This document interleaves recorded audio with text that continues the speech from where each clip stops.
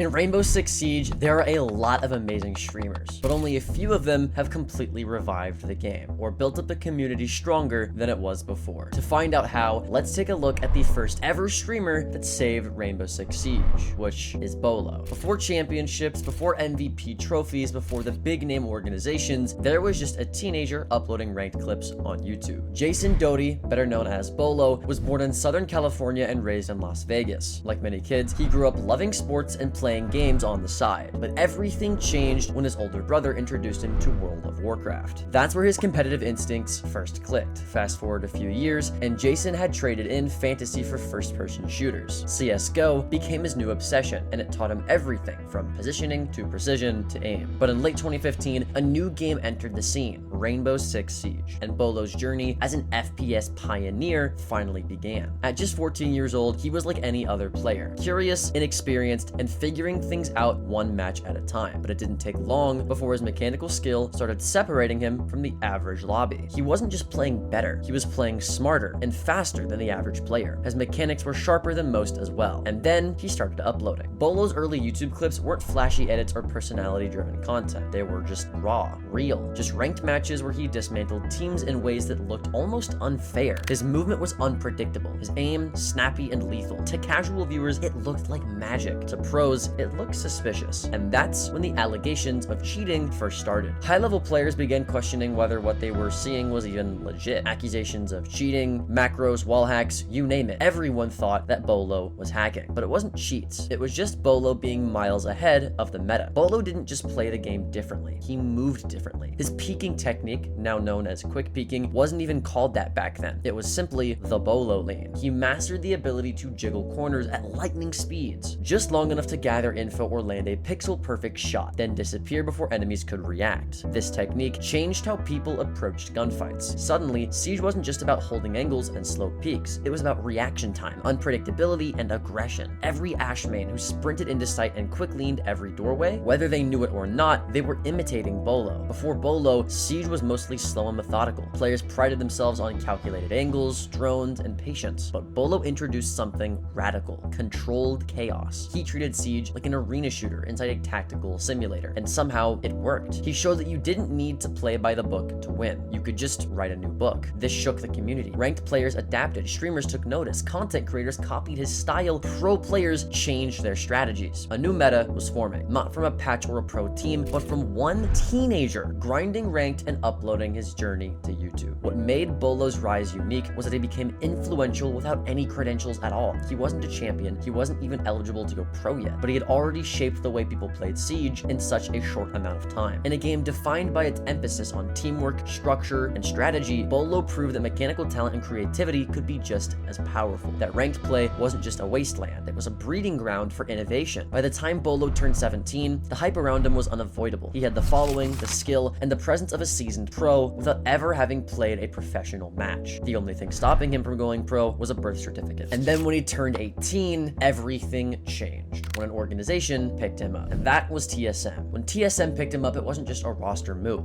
It was the scene acknowledging that ranked legends could translate into pro success. But before the trophies and titles, Bolo had already done something much harder. He earned the respect of an entire community by simply being different. Before Bolo won his first match on the stage, he had already changed how we lean, peek, and play. He didn't follow Siege's rules, he rewrote them. And whether you're a gold player trying to clutch or a seasoned pro on LAN, chances are you're playing Siege in a world shaped by Bolo. You're also playing a game shaped by the next creator on this list though, which is Spoit. From cheating allegations to becoming a Siege pro and eventually one of the top streamers in the game, just like Bolo, Spoit has done a lot in his career, but early on, he faced a ton of hate. This is how he overcame it and proved everyone wrong. The main accusation? Cheating. Spoit is undeniably one of the best mechanical players in the world. Even just at 11 years old, he hit global elite in CSGO, something most people never achieved. Eventually, a friend introduced him to Rainbow Six Siege on one winter night in Sweden. The game had everything he loved from CSGO and more. FPS gameplay, bomb objectives, and a tactical edge. He saw a chance to get ahead while the scene was still young and took it. Within 2 years, at only 13 years old, Spoit was already playing in underage tournaments and dominating. Knowing he had talent, he started a YouTube channel in 2016, posting every clip he could. At first, nobody watched, but he kept going until 2019 when a video called "It's About the One Tap" blew up with nearly 200,000 views. He now had a huge spotlight on him, and that spotlight brought attention, good and bad. People started questioning whether he was legit. Even Ubisoft falsely banned him for cheating while he was still underage, threatening his reputation and getting him kicked out of a lot of lower level tournaments. But with no solid evidence, his account was unbanned, and the controversy finally died down. Once he turned 18, he was flooded with offers from top EU teams like Navi and G2, but he shocked everyone by joining one of the worst at the time, which was Team Rogue. Doubts followed him again. Was he just a rank star? Could he actually compete at a pro level? Spoit answered all of those questions by helping Rogue go from a rough patch to number 2 in Europe and winning a major against FaZe in max overtime on his first pro stage appearance. That win crushed all cheating rumors, especially since cheating on stage is practically impossible due to strict PC checks. From there, Spoit's rise didn't stop. He's since gone on to gain serious notoriety in the content sphere, changing how people mechanically play just as much as Bolo did. He averages huge numbers on Twitch, passed 1 million subs on YouTube, and became a major face in the Siege community. While some fans miss his pure aiming clips, his shift to viral content makes sense in a dying game, and let's be real, most of us would do the same clip farming type of content that he does. After everything, the accusations, the doubts, the pressure, Spoit not only proved he belonged, but he also proved everyone wrong in the process. But out of everybody on this list, no one has yet revived and reshaped the player base quite like the next person on this list, which I'm sure you all know too well, and that is Jinxy. Just over 2 years ago, Rainbow Six Siege was in a lot of trouble. The player count had barely dropped to 20,000 a day, and nobody had a real solution to the game's dwindling player count. The game felt old, plagued by cheaters, and the community had started to drift away. But then, someone unexpected stepped up to the plate. Not a developer or a professional player, not even a PC player, but a loud, energetic Twitch streamer named Jinxy. He wasn't polished or brand friendly. He was raw, sometimes obnoxious, and completely himself to the core. And somehow, he became the face of Siege's revival. At first, it wasn't glamorous. Jinxy streamed for 2 years with just one viewer, his dad. Nothing special, no big breaks, just pure hard work and persistence. Then he tried something different. He started posting his content on TikTok. It was the perfect storm. TikTok was booming, it was new, and his loud, chaotic, funny style fit the young TikTok audience perfectly. He made Siege feel exciting again. His clips weren't about high-level tactics or elite gameplay. They were about fun, about personality, and about making the complicated tactical shooter feel simple and entertaining. That change launched his career.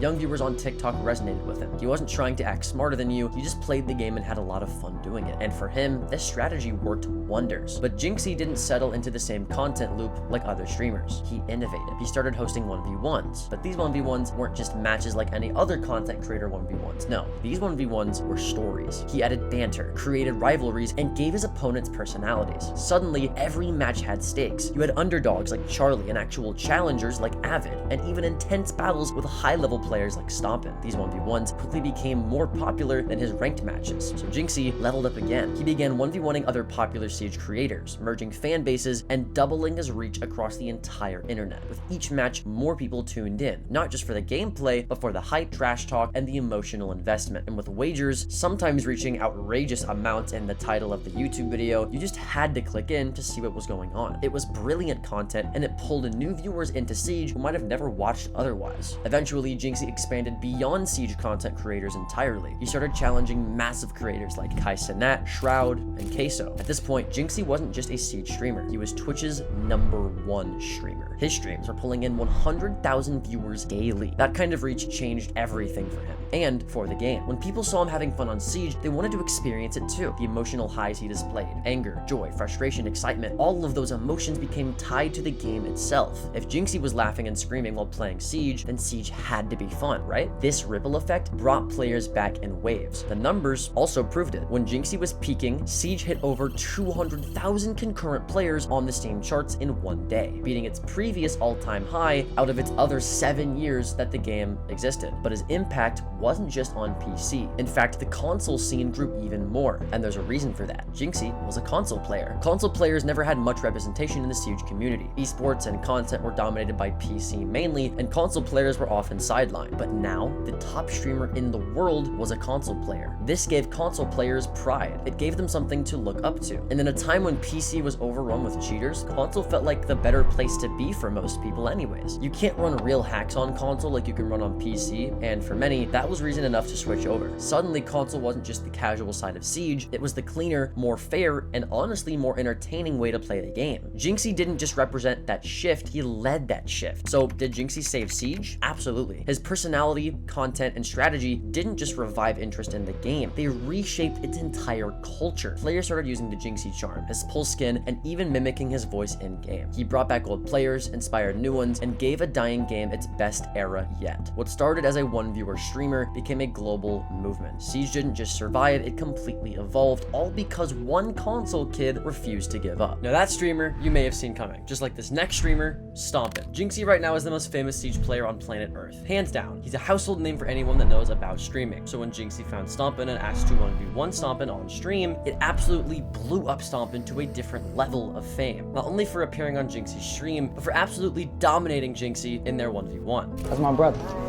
Like me. Ready to get put on fucking pad watch something? That's mine. Okay, this kid is fucking crazy. Every round, it's a headshot immediately. Oh my god!